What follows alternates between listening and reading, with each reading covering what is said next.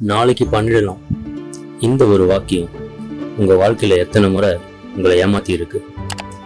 ஒரு அசைன்மெண்ட், ஒரு business idea, ஒரு ஜிம் மெம்பர்ஷிப் எல்லாமே நாளைக்குன்னு போய் கடைசியில் அந்த நாளைக்கு ஒரு நாளும் வராமல் போச்சு. நீங்கள் லேசி இல்லை, நீங்கள் மோட்டிவேஷன் இல்லாததும் இல்லை. இது ப்ரோக்ராஸ்டினேஷன், அதாவது தள்ளி போடுற பழக்கம். இன்னைக்கு அது என்னன்னு, ஏன் நடக்குதுன்னு, அதை எப்படி முடிக்கிறதுன்னு பார்க்கலாம். கண்டிப்பாக இந்த வீடியோ ஃபுல்லாக பாருங்கள். ஏன்னா இதுக்கப்புறம் உங்கள் தள்ளி போடுற பழக்கத்தை கண்டிப்பாக தள்ளி போட்டுருவீங்க. இது புவி மைண்ட் செட். இங்கே ஒவ்வொரு வீடியோவும் உங்கள் வாழ்க்கையை 1% முன்னேற்றும் ஒரு புதிய சிந்தனையை கண்டிப்பாக உங்களுக்கு தரும். இது போன்ற வீடியோக்களை தொடர்ந்து பார்க்க இப்போதே இந்த சேனலை சப்ஸ்கிரைப் செய்து கொள்ளுங்கள். ஒரு நிமிஷம் இதை நினச்சி பாருங்கள். இரவு 10 மணி, நாளைக்கு காலையில் ஒரு இம்பார்ட்டன்ட் ப்ரெசன்டேஷன் இருக்குது. நீங்கள் அதை இன்றைக்கே முடிக்கணும். காலையிலேருந்து அதை பற்றி நினச்சிட்ருப்பீங்க. ஆனால் என்னாச்சு? ஃபோன் எடுத்து ஒரு ரீல் பார்த்தீங்க. அது 2 3 ஆகி இப்போது பார்த்தா ஒரு 1 மணி நேரம் ஓடிச்சு. அதுக்கப்புறம் உங்களுக்கு கில்ட் ஃபீலிங் வருது. நானே இப்படி பண்ணுறேன் அப்படின்னு தன்னைத்தானே கண்டிச்சுக்கிறீங்க. அப்புறம் இனிமேல் இப்படி பண்ண மாட்டேன் அப்படின்னு ஒரு ப்ராமிஸ் பண்ணுறீங்க. மறுபடியும் அதே கதை. இது ஒரு ப்ரெசன்டேஷனுக்கு மட்டும் கிடையாது. டயட் ஸ்டார்ட் பண்ணணும்னு நினச்சது, பிஸ்னஸ் பிளான் எழுதணும்னு நினச்சது, ஏன் ஒரு உறவை சரி பண்ணணும்னு நினச்சது, எல்லாமே இதே சைக்கிள் தான். செய்யணும்னு தெரியும், ஆனால் இப்போ செய்கிறது தான் இன்விசிபிள் வால் மாதிரி இருக்குது. அந்த வால் என்ன அப்படின்னு புரிஞ்சுக்கிட்டா அதை உடைக்கிறது ரொம்ப ஈஸியாகிடும். ப்ரோக்ராஸ்டினேஷன், அதாவது தள்ளி போடுற பழக்கம் ஒரு டைம் மேனேஜ்மெண்ட் ப்ராப்ளம் கிடையாது. இது ஒரு எமோஷனல் மேனேஜ்மெண்ட் ப்ராப்ளம். நம்ம மைண்டில் 2 பகுதி போட்டி போடுது. ஒன்று லாஜிக்கல் பிரெயின், இது ஃப்யூச்சரை பார்த்து பிளான் பண்ணுது. இன்னொன்று எமோஷனல் பிரெயின், இது ப்ரெசன்ட் மூமெண்ட்டில் கம்ஃபர்ட்டை தேடுது. ஒரு டாஸ்க் கஷ்டமாக, போரிங்காக அல்லது ஃபெயில் ஆகணும் பயமாக இருந்தால் எமோஷனல் பிரெயின் உடனே ஒரு எளிதான சந்தோஷமான ஆப்ஷனுக்கு தாவுது. ஃபோன், யூடியூப், ஸ்நாக்ஸ், ஏதாவது. இதுக்கு பேர் டெம்போரல் டிஸ்கவுண்டிங். அதாவது ஃப்யூச்சரில் கிடைக்கிற பெரிய பலனை விட ப்ரெசன்ட் மொமெண்ட்டில் கிடைக்கிற சின்ன ப்ளஷர் தான் நமக்கு பெருசாக தெரியும். பிரெயின் ஃப்யூச்சரை ரியலாக உணராது, அது ப்ரெசண்ட்டை மட்டுமே அர்ஜெண்ட்டாக பார்க்கும். இன்னொரு காரணம் பெர்ஃபெக்ஷனிசம். நல்லா பண்ணணும், சரியாக பண்ணணும் நினைக்கும் போதே ஸ்டார்ட் பண்ணுறதே பயமாக இருக்கும். ஸ்டார்ட் பண்ணாமல் இருந்தால் ஃபெயில் ஆகவே மாட்டோம் இல்லையா? இதுதான் நம்ம மைண்டோட லாஜிக். இது ஒரு செல்ஃப் ப்ரொடெக்ஷன் மெக்கானிசம். ஆனால் இதுவே நம்ம தடுத்து நிறுத்துது. 3வது காரணம் டாஸ்க் தெளிவாக இல்லாமல் இருக்கிறது. பிஸ்னஸ் ஸ்டார்ட் பண்ணணும் அப்படின்னு ஒரு பெரிய கோலாக இருந்தால் பிரெயினுக்கு எங்கே ஸ்டார்ட் பண்ணுறதுனே தெரியாது. தெளிவில்லாத இடத்துல டிலே வந்தே ஆகும். ஆக இது உங்கள் கேரக்டர்ஸோட வீக்னஸ் கிடையாது, இது பிரெயினின் ஒரு நார்மல் ரியாக்ஷன்.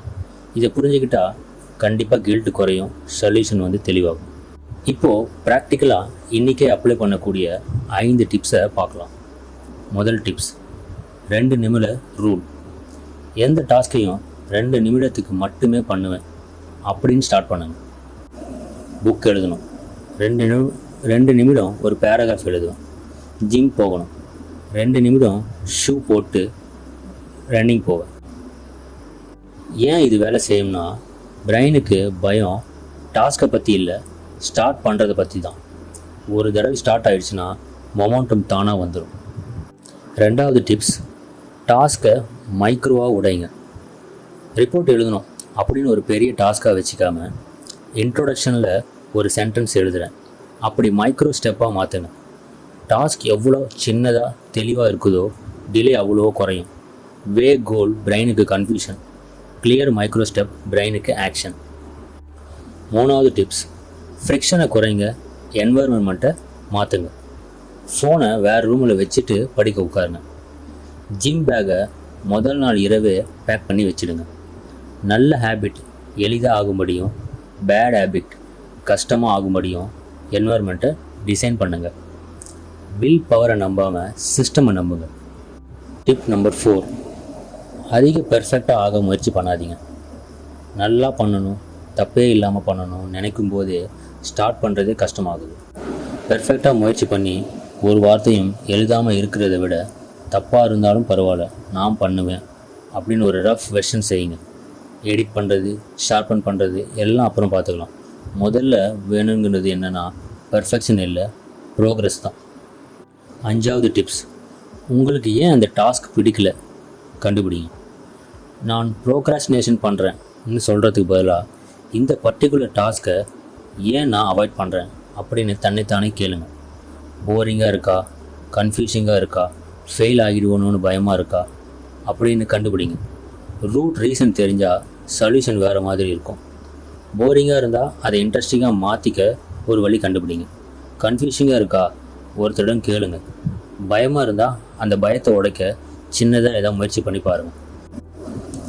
சிம்டம்ஸை மட்டும் ஃபிக்ஸ் பண்ணுறதை விட ரூட் காசை கண்டுபிடிச்சா பெர்மனண்ட்டாக மாற்றம் வரும். இந்த 5ம் ஒரே நேரத்தில் செய்ய வேணும். 1-2 எடுத்து இன்றைக்கே முயற்சி பண்ணி பாருங்கள். இன்றைக்கே நீங்கள் தள்ளி வச்சுருக்கிற ஒரு டாஸ்க்கை நினச்சி பாருங்கள். அதுக்கு ஒரு 2 மினிட் வெர்ஷன் கண்டுபிடிங்க.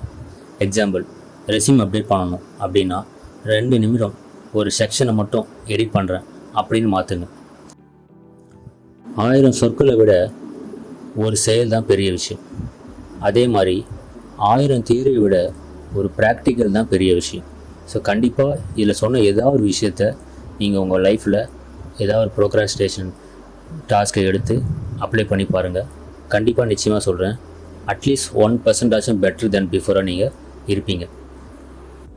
மூவி மைண்ட் செட்டில் அடுத்த வீடியோவில் உங்களை சந்திக்கலாம். இந்த வீடியோ உங்களுக்கு பிடிச்சிருந்தா லைக் பண்ணுங்கள். கமெண்ட்டில் ஏதாச்சும் அடுத்த வீடியோ பற்றி டாபிக் வேணும்னா கண்டிப்பாக கேளுங்க, நான் பண்ணுறேன். இந்த சேனலை சப்ஸ்கிரைப் பண்ணி வச்சுங்க. Thank you guys.